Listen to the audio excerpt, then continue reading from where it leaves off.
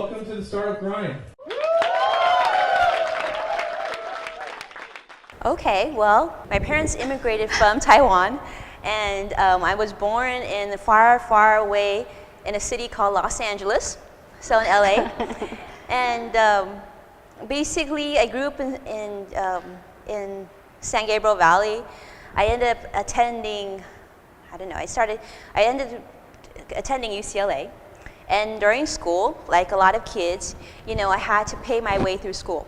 So during that time, that's when I started my television audience production company.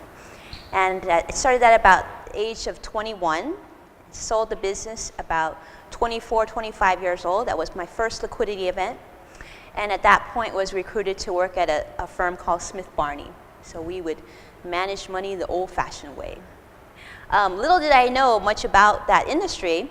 I thought, I got a pretty good deal. I started working there, and long story short, we my partner Brandon and I, Brandon's in the room today, my partner Brandon and I grew the business really quickly. And about 3 years ago, we went private practice.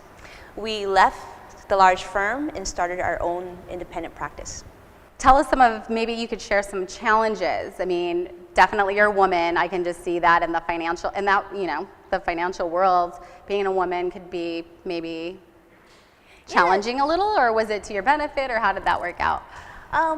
Well, that's true. Our industry is what they would say is primarily a male-dominated industry. So people that look like me, talk like me, we are a very small percentage. So most people in our industry, they tend to have backgrounds and histories very different from who I am as a person. There are certainly challenges. We're probably one of the last few industries where there's really no such thing as maternity leave. And as you may not know, I'm actually a mother of 3 under the age of 5. 5 years old, 2 years old, and 8 months old.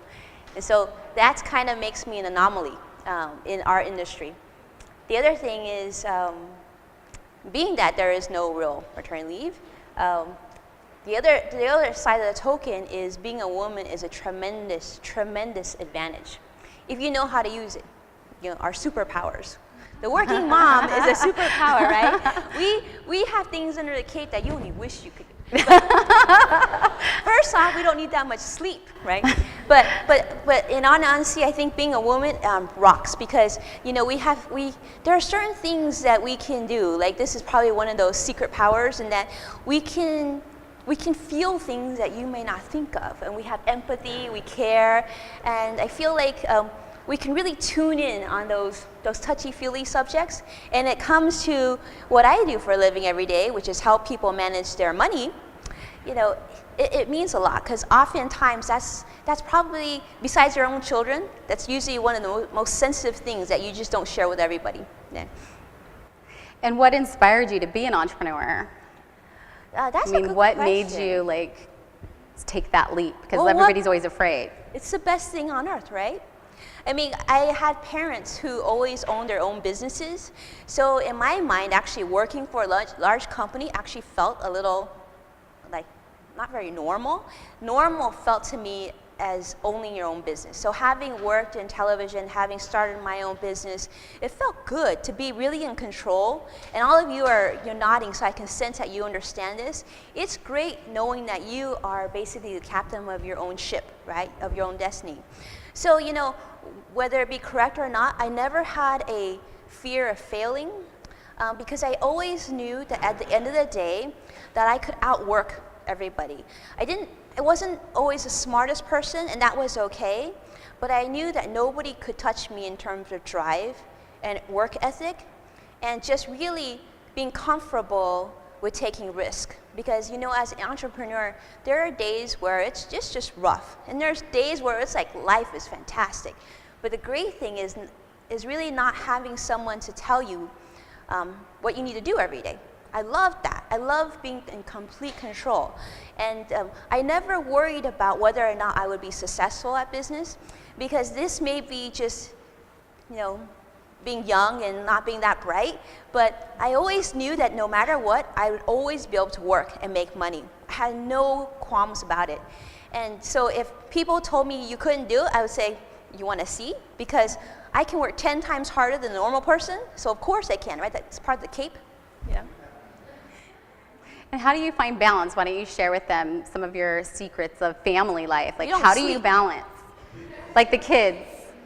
Well, Like, share with them your rule, like, with working, like, Okay. and family time. This is really important.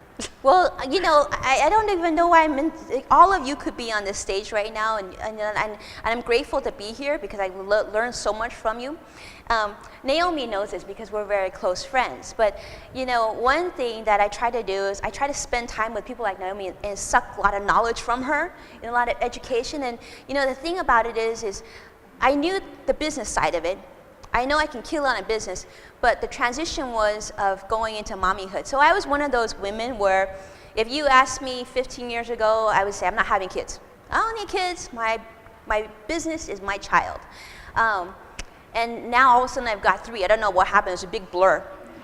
But whether it's a good decision or a bad decision, I would say absolutely the best decision ever, because I don't know it was baby juju or what, but when my first son was born, business was up the roof. So I tell everybody, especially I just had lunch with a really spectacular woman today, like just she's in the position I was about 10 years ago, saying, you know, my business is going so well, I'm pushing so hard, you know, do you think I can have kids? And if I do have a child, how much paternity leave should I have? And so that comes back to balance, right? Because if you think about it, at the end of the day, and this is coming from a financial advisor like myself, money are just tools. They're really just tokens. And I might have a little bit more, she might have the most, and all of you have some, and we're really just moving these tokens around, right? But at the end of the day, the only thing that matters is really the people that surround us when we really need them, right? And so you don't want to give up that. So the matter of balance is you put together a game plan, and you get really, really focused and really organized. So what's most important? So in my life at this point, the most important thing, don't tell my partner this, is my kids. My family comes first, right? He knows, I'm kidding. My kids are the most important thing. So that means in the morning, you know, I get up, I feed the baby, then the next one wakes up, I feed him, the next one gets, it's like ongoing. And then, you know, by the time I get into work, the sun's already been out for a long time, the market's been up, but you know, you just make decisions. And then during work hours, when I'm at work, I'm just plowing hard. I actually don't get calls from home because they know that during work time, mommy's making money for Legos, right? So you can't be calling. And then after work, I'm home. I try to leave the phone plugged in its charger. It works 90% of the time that I don't touch it. And then they start going to sleep. They do. They start going to sleep. 7:30, one goes to sleep. 8:30, one goes to sleep. And at that point, then as it gets there, and I start working again. And you know, that's something that a lot of you in this room know. When you have kids, you become more powerful once again. So you don't need as much sleep, right? So when the kids wake up in the middle of the night, well, you're already up. You might as well work. So, you know, and that's really how you juggle until they go off to college, right? That's right, right? Right, yeah. So. Well, one thing I really admire about her was the first time we met, she was like, oh, I have to go at 4:30. That's my stop time because that's family time. So at 4:30 Bye-bye. every day, she leaves the office and goes and spends time with her kids from like 4:30 to probably 8:30 till they go to sleep, and then she goes and starts working again. But like she literally like leaves at 4:30. Yeah. She's out the door. Yeah, and I don't drink caffeine, so. Why don't you tell us a little bit about? Let's talk a little bit about business. Mm-hmm. Let's talk about how you can impact your industry, mainly with like some of the projects you're working on.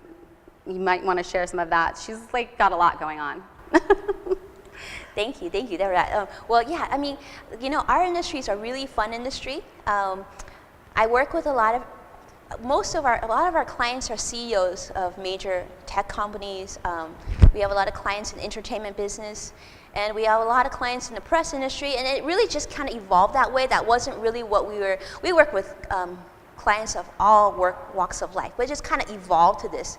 And one thing that Brandon and I have talked about for years is, what can we do to really make an impact? You know, something that a lot of you share in this room, I have a lot of friends in here, and I'm thinking, we've talked about this, is how can we make a difference? Because it's really not about success. It's really about what value you could provide to those around you, right?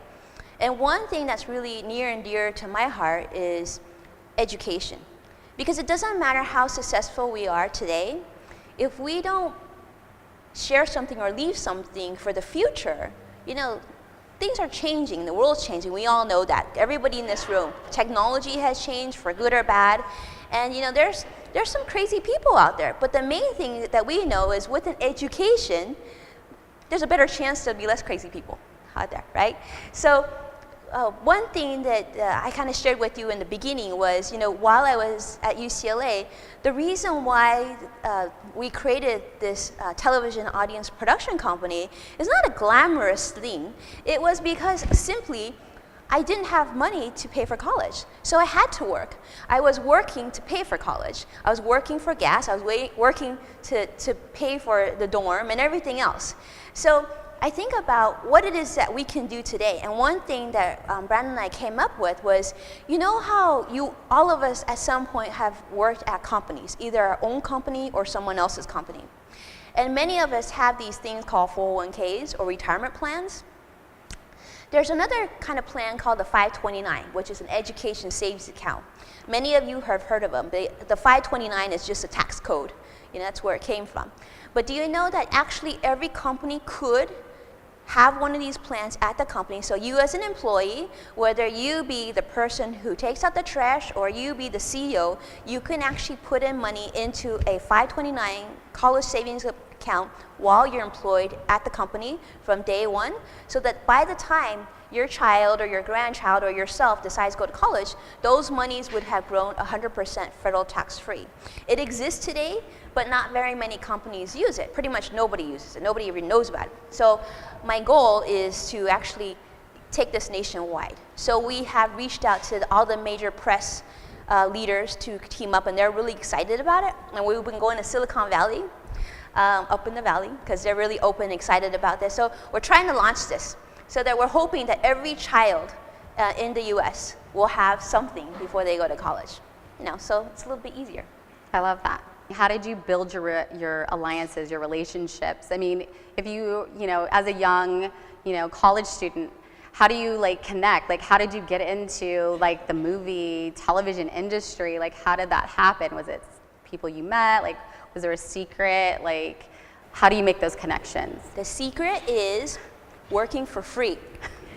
So, I mean, a lot of you in here know that, but that's really the truth. I mean, I didn't go into the television industry thinking I was going to work in the television industry. I actually started on a TV show called Jones and Jury, starring Star Jones. And actually, I went there to do legal research. And because I thought, you know, I'm Asian, so we're only allowed 3 professions: doctor, attorney, or engineer, otherwise failure. So basically, wasn't too, you know, once I went to UCLA, I realized I wasn't going to be a doctor really quick, like way too competitive. So then I started like reading books. I really loved poli-sci. So my parents were like, great, lawyer, right? Or there's still hope for you. So I went to work at this Jones and Jury TV show as a doing legal research. I didn't even do 10 minutes of legal research. And they said, hey, you, UCLA, we need someone to be a page. I'm like, oh, page, that sounds really glamorous, right? So the page is a person who walks the person from the audience to the restroom, and back to the chair, and to the restroom. And then you get a cup like this, and you take it around and you collect gum from all the audience members. That's what a page is. And I was like, oh, this is great. I was working on the first day. So little by little, you know, working really hard as a page, you needed a lot of IQ. All of a sudden, you know, basically someone in the room realized that I was pretty good at being a page. So got promoted, and long story, you know, short, basically someone said, you know, if you start an audience production company, I will send you all my shows. So basically, while I was working in television, I was filling about 1,000 seats per day, 3 times a day, 6 days a week. So I was just moving people. And I learned really quickly, because I was like the token Asian in the room. Of every production that I ever did, I was always a token Asian. So it was a good thing, because I was stand out. But what I did learn from that is I started realizing what made the audience tick. So you know, America's Funniest Home Videos, if you ever watch the audience, you can see who's where. And I'll tell you a little bit, a secret. If you scan the audience, the first 3 rows look fantastic. They're in suits, they're good looking, they look like, ex-NFL players, and then everybody else in the back looks normal. But what happens is you realize that, how people feel and they react is really important. So that emotion is what we were looking for. So as it came to making relationships, that's kind of how I learned that. My parents, helped me along the way as well because they had a background in real estate, which, anybody in real estate, they know how to make friends. But then coming to now, basically, I have friends like Naomi, I have tons of friends. And thanks to that, a little pure luck, and a love of the internet and Mr. Google, now I have what they call the Golden Rolodex. And the beautiful thing about the Golden Rolodex is all of a sudden, you become really popular really fast.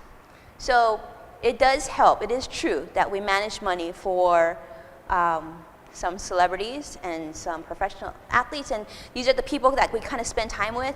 And all of a sudden, we become really popular.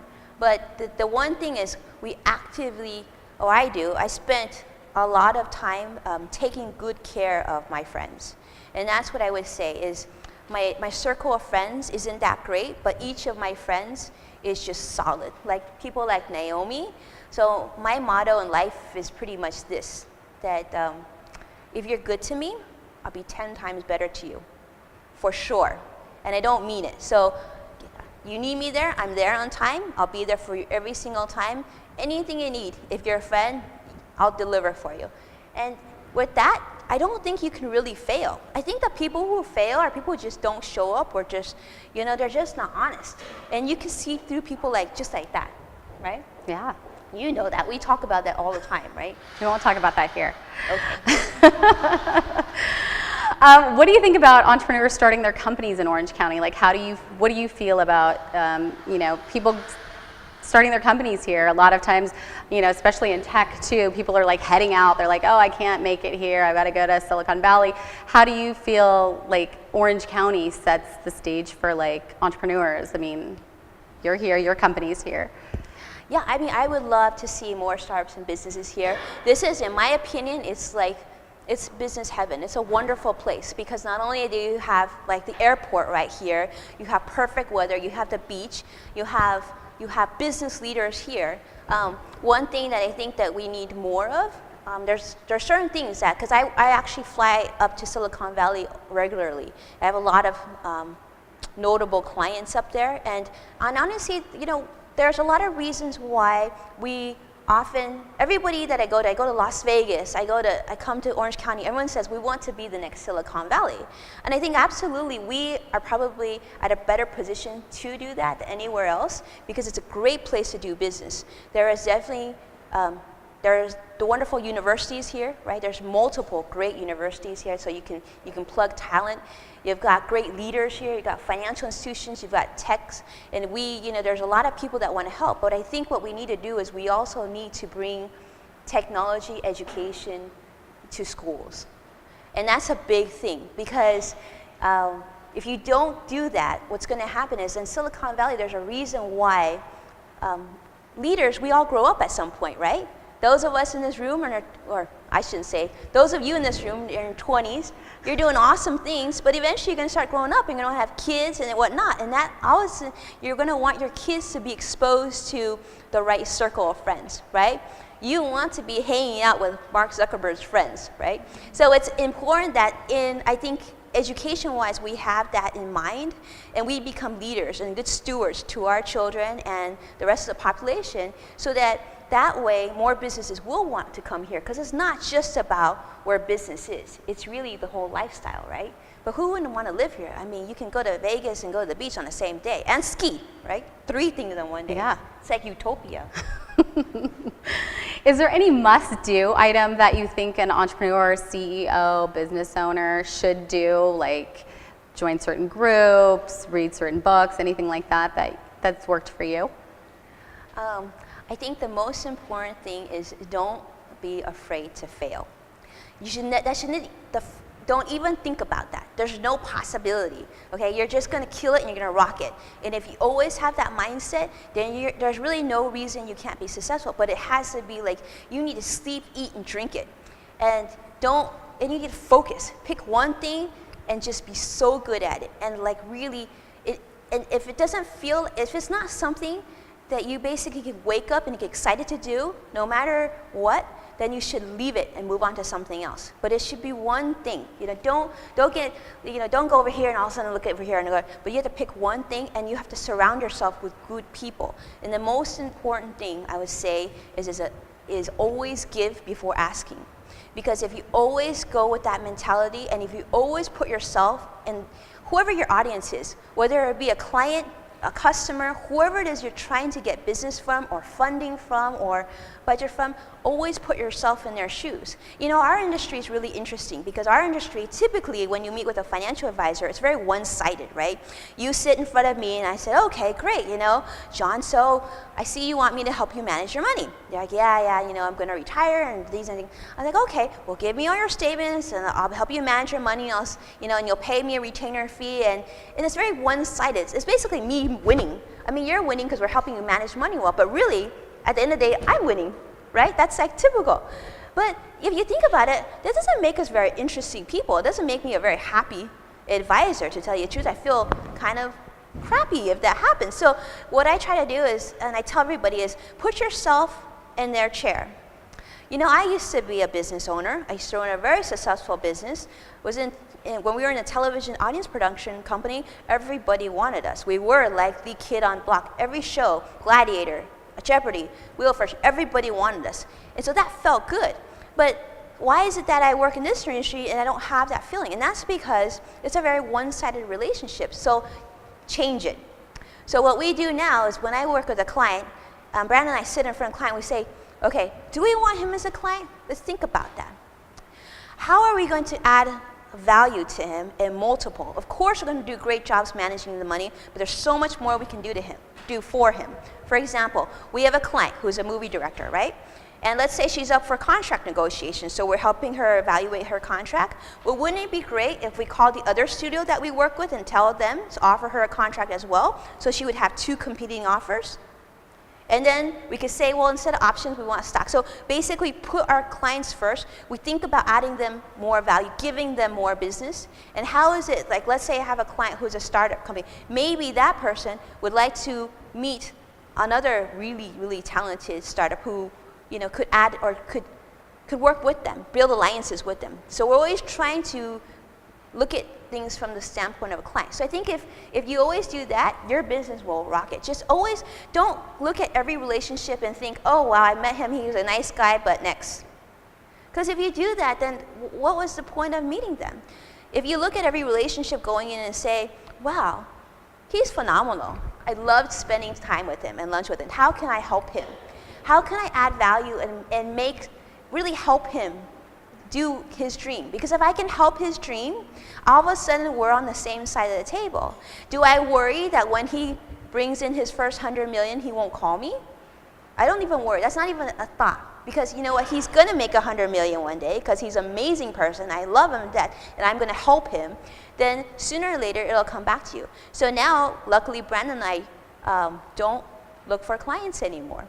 Clients come to us. So a lot of people say, how did you get this person as a client? How did you get that person as a client?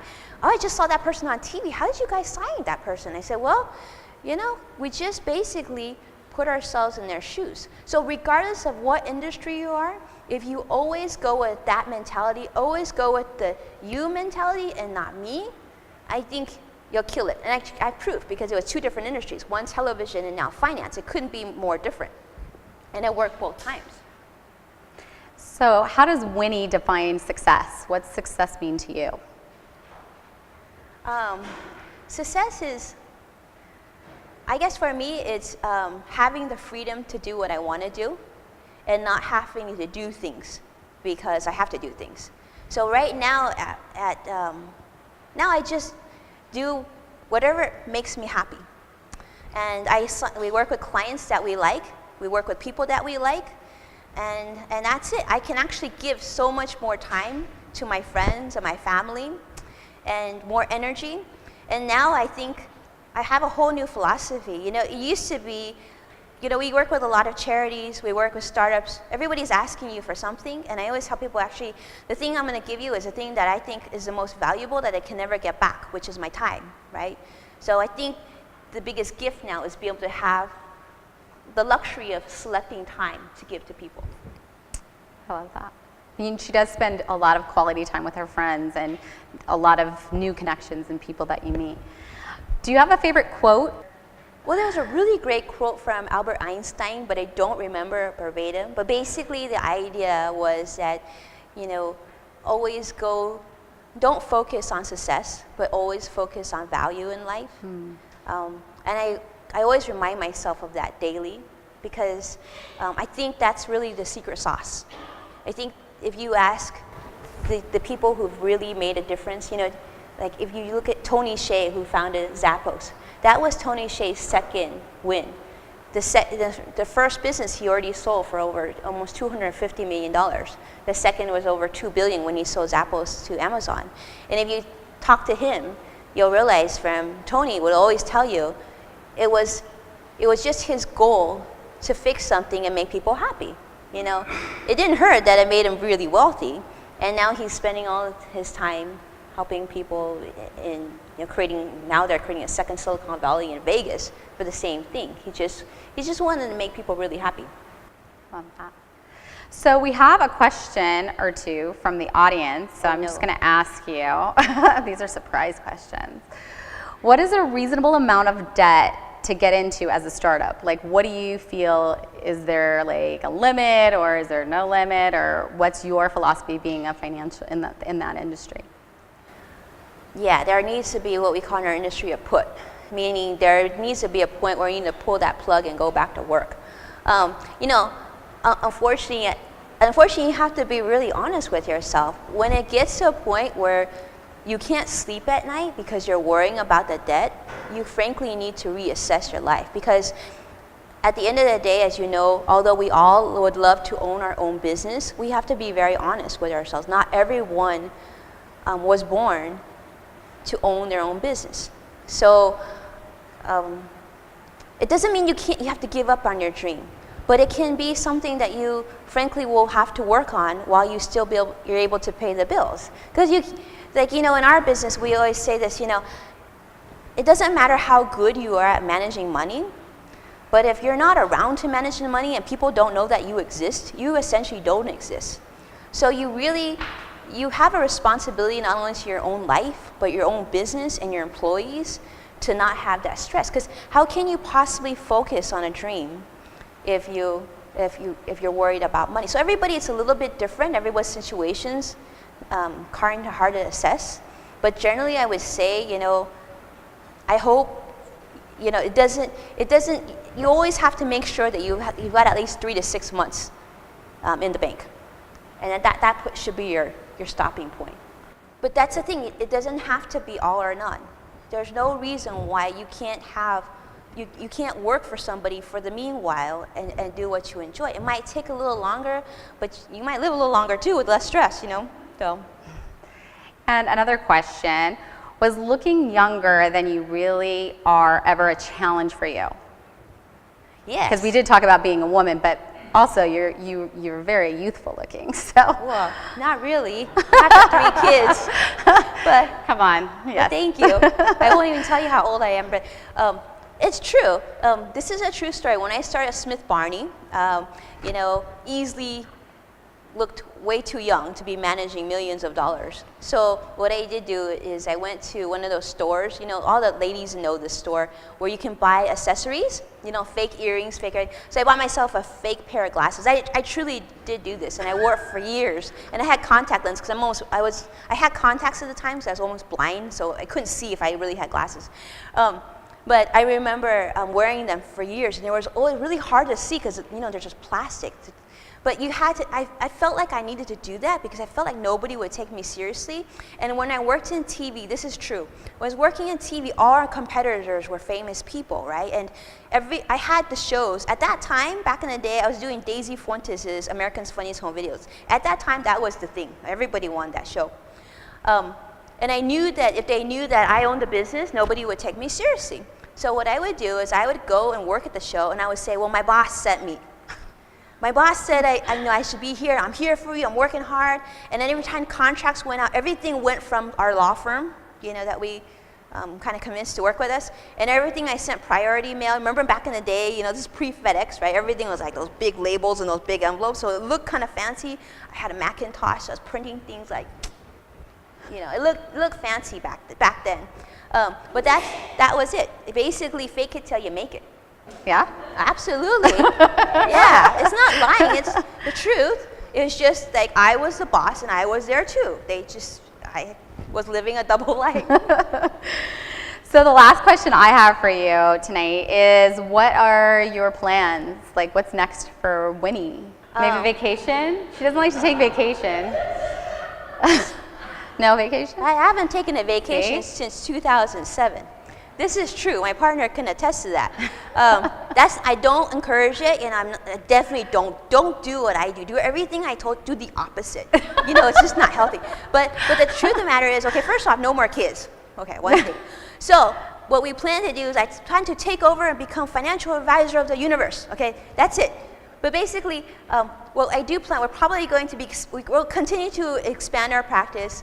And I'm hoping every company in America will have a corporate 529 plan. So all of you in this room, if you could help me out, if you know a company CEO, tell them they need to spend 5 minutes with Winnie, because I want to tell them, because I really want our children to be competitive and have an education. Every child we hear, I'm working with students from UC Irvine, great university. They're like, oh my goodness, I just graduated, I've got $100,000 in debt.